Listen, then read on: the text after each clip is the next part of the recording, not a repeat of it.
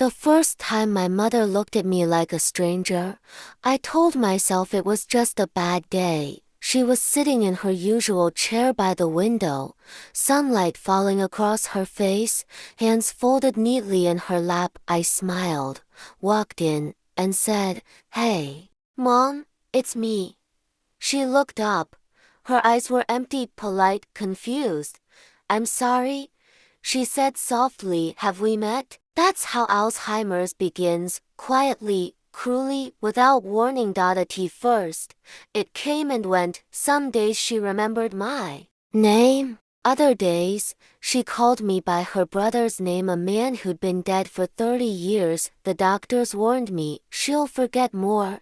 They said, not all at once, in pieces. They didn't tell me how much it would hurt watching those pieces fall away. I became her caretaker after my father died. He passed suddenly, heart attack in the kitchen, coffee still warm on the counter. My mother never truly recovered. The disease came faster after that. So I moved back into the house I grew up in. Same creaky stairs, same faded wallpaper, same silence. Every day followed a routine: breakfast, medication, a walk in the garden, old music. In the afternoon, she always liked the old songs somehow. She remembered the lyrics long after she forgot my face. One evening, as the sun was setting, she suddenly reached for my hand. "You came back," she said. My heart jumped. "Yes." I smiled. "I'm here." She squeezed my fingers tightly. "I was afraid you wouldn't." That night, she didn't sleep. She paced the hallway, muttering to herself. Stopping in front of the old storage room at the end of the house, she stared at the door like it was watching her back. "What's in there?"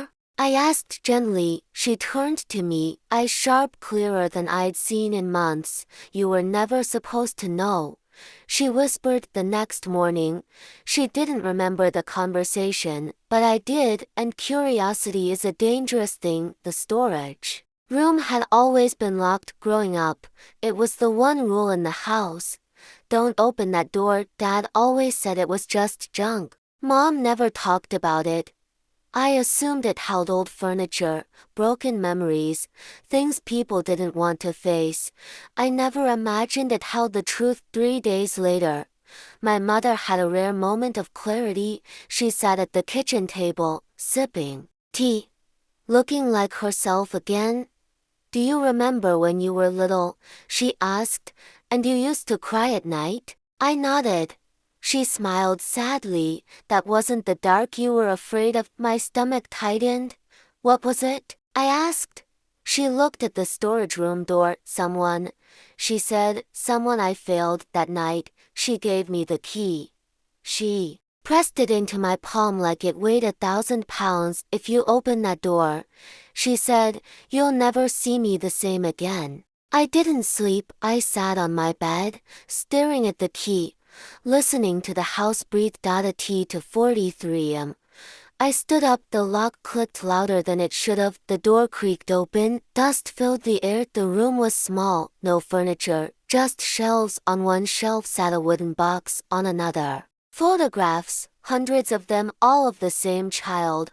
A little girl, dark hair, wide eyes, familiar smile. Too familiar. My chest tightened as I picked up a photo. It was dated 3 years before I was born. The girl stood between my parents, happy, alive. I opened the box. Inside were hospital bracelets, medical reports, and a birth certificate. The name listed under mother was my mom's, the name under father was my dad's, and under child, a name I had never heard before. I stumbled back, heart pounding. I wasn't their first child. The next morning, I confronted my mother.